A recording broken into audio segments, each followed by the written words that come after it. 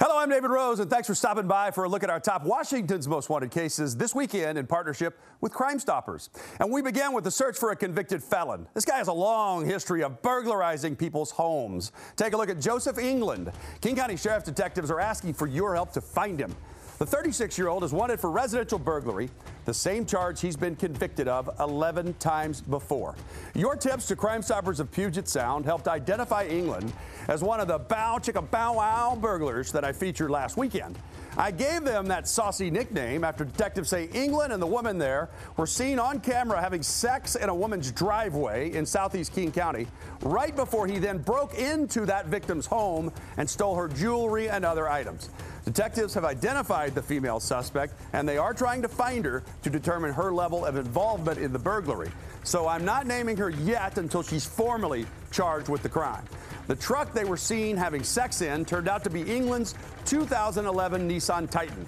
Here's a look at how it is now. Detectives found it and say he tried to change its appearance by putting new tires, wheels, fenders, and a grill on it. Detectives say he gave up on that plan, and now he's borrowing cars from friends to drive instead. Now, if Joseph England sounds familiar to longtime Washington's Most Wanted viewers, that's because I called him the Grinch Burglar back in 2015 after he broke into a home in Kent right after Christmas. In less than a week, your tips helped police catch him in Federal Way, and then he was sentenced to 6 years in prison. Here's a burglar who just keeps repeating his offenses. Obviously, the criminal justice system is not working for him because, again, we see him out there, again, committing property crimes and violating those safe spaces in our homes.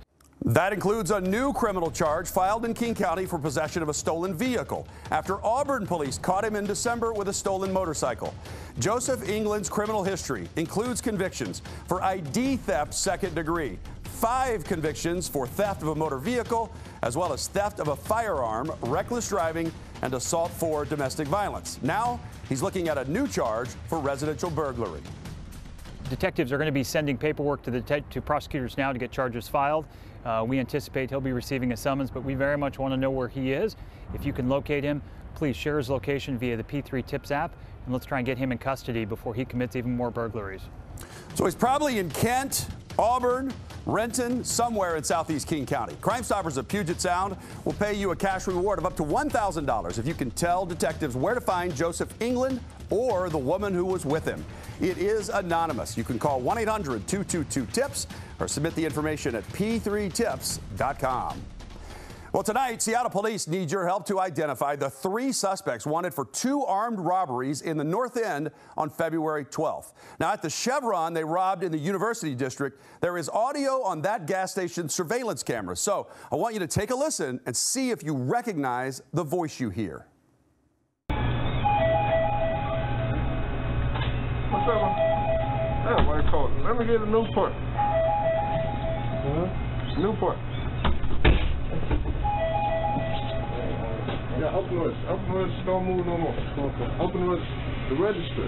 Open this one. Yeah, and this one. All right, now open that one. You got the safe? You know where the safe at? You know where the safe at? Well, that gunman with the silver semi-automatic pistol and golden white athletic shoes also made the clerk turn out his pockets, and he stole his wallet.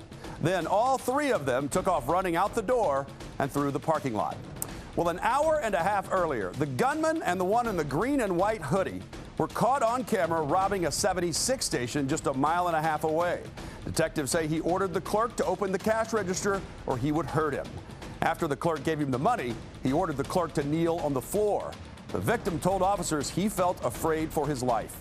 He also told police that the suspects were speaking a language to each other that he did not recognize. Unfortunately, there's no audio of that, but detectives are hoping somebody can help identify them. They're armed and they're pretty brazen.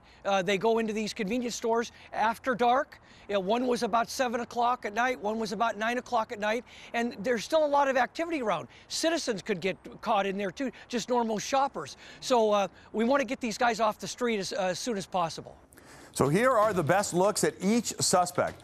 Detectives describe them all as black men in their 20s, around 5 feet 10 inches tall. If you can identify any of them, or if you recognize that voice that you heard, please submit a tip to Crime Stoppers of Puget Sound. They will pay you a cash reward of up to $1,000 per suspect, and you will remain anonymous. You can also text their photos and names through the P3 Tips app or call the hotline 1-800-222-TIPS. A woman accused of shooting a romantic rival is on the run tonight after detectives say she shot the victim in the chest at point-blank range. Take a good look at Machela Sheckles A.K.A Rain. She's wanted for first-degree assault. The victim survived, and now detectives are hoping you know where Rain is hiding. She has many distinct tattoos, including one on her forearm that says goddess. And in this case, she was a goddess with a gun, but also a goddess with a boyfriend with a bit of a wandering eye. And she was part of a lover's triangle that had, well, one too many lovers. So on December 12th, she contacted the woman that she thought was also romantically involved with her boyfriend. And in an area of Federal Way, just near unincorporated King County there, she shot this woman once on the evening of December 12th. Well, prosecutors say Sheckles did it out of pure jealousy and premeditation. It's amazing that woman survived. Detectives say she was spotted on January 17th in Federal Way. She was inside a 2004 BMW 530. She could be hiding with that same boyfriend in motels between King and Pierce County. So here he is. His name is Benjamin Veniale A.K.A Flatline. Flatline is also wanted by the Department of Corrections for escape, and he's a suspect in a shooting in Pierce County. Detectives say this couple should be considered armed and dangerous. She has a $100,000 felony assault warrant extraditable from Washington, Oregon, and Idaho. She has very distinct tattoos. She has a rose on the side of her neck, again, that goddess tattoo on her arm. We want to get her in custody.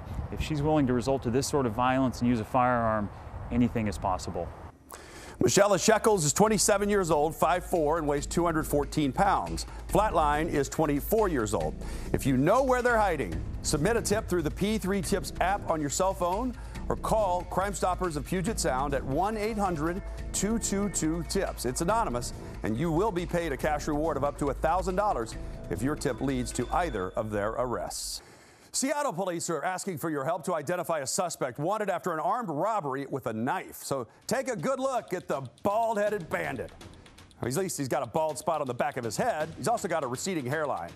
This surveillance video is from the Speedway gas station at 765 Rainier Avenue South in Renton. Detectives say that's where the suspect used the credit card stolen at knife point from an 18-year-old man on January 17th at 400 East Denny Way in Seattle.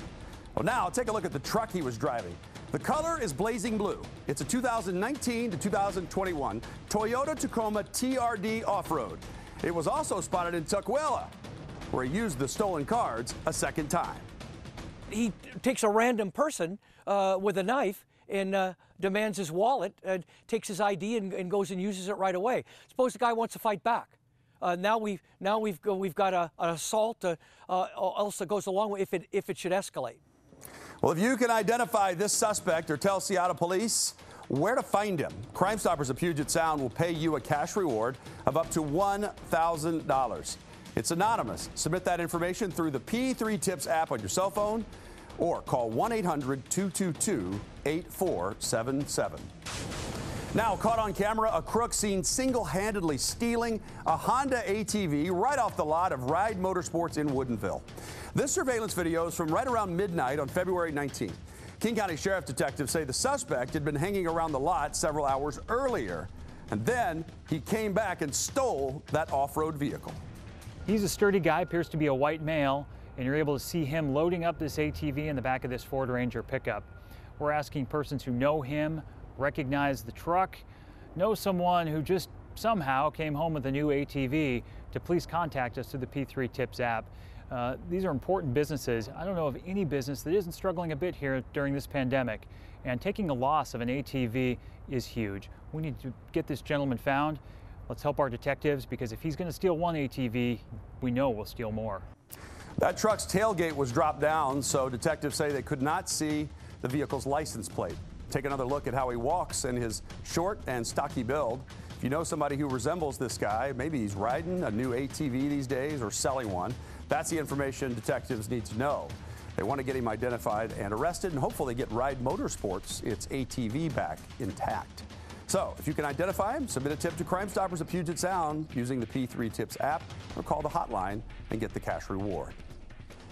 This weekend marks 2 years since a young man vanished in Thurston County. 21-year-old Matthew Anfeldt was last seen at the Speedway Grocery on Old Highway 99 in Grand Mound on February 28, 2019. Detectives are still searching for Matthew. They wonder if his case is connected to something that happened to him prior. He had mentioned right before he went missing to a couple of his friends that some people were after him, but we haven't been able to develop who those people were. Matthew had said he was attacked near the Rite Aid in Lacey at 7th Avenue Southeast sometime in December before he disappeared. There was no police report filed, though. But Detective Mickey Hamilton says Matthew did have visible injuries. He's hoping somebody can finally come forward and tell him who was after Matthew. Meanwhile, his mother continues to update the Help Find Matthew Anfeldt Facebook group, and she's selling clothing to help support finding her son. Matthew Anfeldt is 5'7", weighed 120 pounds when he just vanished 2 years ago. So if you gave him a ride out of the Grand Mound, Tenino area on February 28th, or you have any information to help detectives find him, please contact the Thurston County Sheriff's Office or submit a tip to Crime Stoppers of the South Sound. A triple threat of sex offenders who were running under the radar on both sides of our state are all back in custody. First is convicted child predator Jody Cochran. He's the creep we featured last weekend with the devil horns tattooed on his head. Cochran was arrested by Spokane police and booked into the Spokane County Jail on Wednesday. The level 3 sex offender was wanted for failing to register as a sex offender. He was convicted of preying on a teen girl in 2018. He's being held on $2,500 bond. And it was a call to Pierce County Sheriff's deputies that people were trespassing on a property in Spanaway last week that netted convicted sex offender Daniel Ferguson. He was wanted for failing to register as a level 3 sex offender and stands accused of sending lewd photos to women in Pierce County. When deputies got out there, they saw a male that they weren't familiar with. They had asked him for his identification. He handed them an ID that clearly did not match who he was. They said, "Come on, man, give us your real name." He said, "Okay," made up a different name. They said, did a check, nothing comes back on that name. So then they're like, okay, last chance. Gave another false name.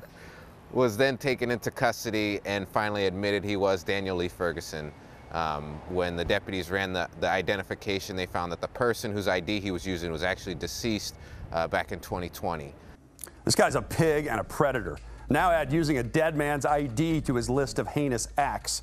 That move got him booked for unlawful possession of a personal identification device, as well as obstructing police, and his warrant for failing to register as a sex offender. He's being held without bail in the Pierce County Jail. Now, I want you to take a really good look at this surveillance video. Des Moines police say this is a criminal caught on video slashing people's brake lines, and they want to know who he is before he triggers a catastrophe. There are 33 victims so far. His motive is a mystery, but the number of victims just keeps rising. Washington's Most Wanted's Olivia LaVoice explains why police want to pump the brakes on this crime spree before somebody gets hurt. Call it a bout of good intuition. Yesterday I had woken up and something was telling me to check on my parents. So Tammy Doe decided to check her parents' surveillance cameras. There was footage on the driveway at 5 o'clock in the morning, which is very unusual. So I played the footage and noticed that a man came up to my mom's vehicle. Tammy raced to the driveway just in the nick of time. I caught her while she was leaving the house, luckily, and asked for her keys. I went to go check on her car.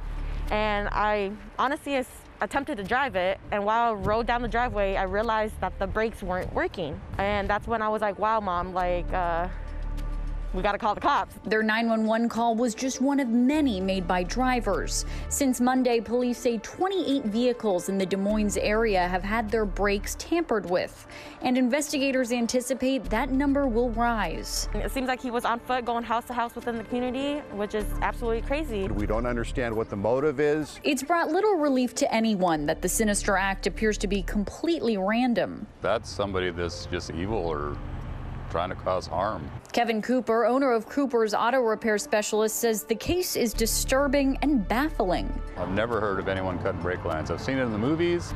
I've never actually ran into it at my 40 years experience. Unlike in the movies, Cooper says when brake lines are cut, initially you'd still likely be able to bring your car to a stop, but not easily. It's a very big deal. It shouldn't be driven at all. Investigators say fortunately, so far all the victims noticed something was wrong before anyone could get hurt. Cooper says if one were to keep driving with cut brakes, leaky brake fluid could result in the inability to stop at all. What we're very concerned about is if these acts continue, we're likely to have somebody that is unaware that their brakes have been damaged, where they're going to jeopardize their lives or the lives of their loved ones or community members. I want him caught real bad, not only for myself, but for the whole entire community. He could be going to different areas, not just the Des Moines community here. Well, investigators are really concerned about the suspect tampering with brakes when we're seeing such wet weather. They just don't want anyone to have malfunctioning brakes right now, and they need your help to identify him. Crime Stoppers is offering a cash reward of up to $1,000 for any information that leads to his arrest. Submit his name, any photos you have, through the P3 Tips app or call 1-800-222-TIPS.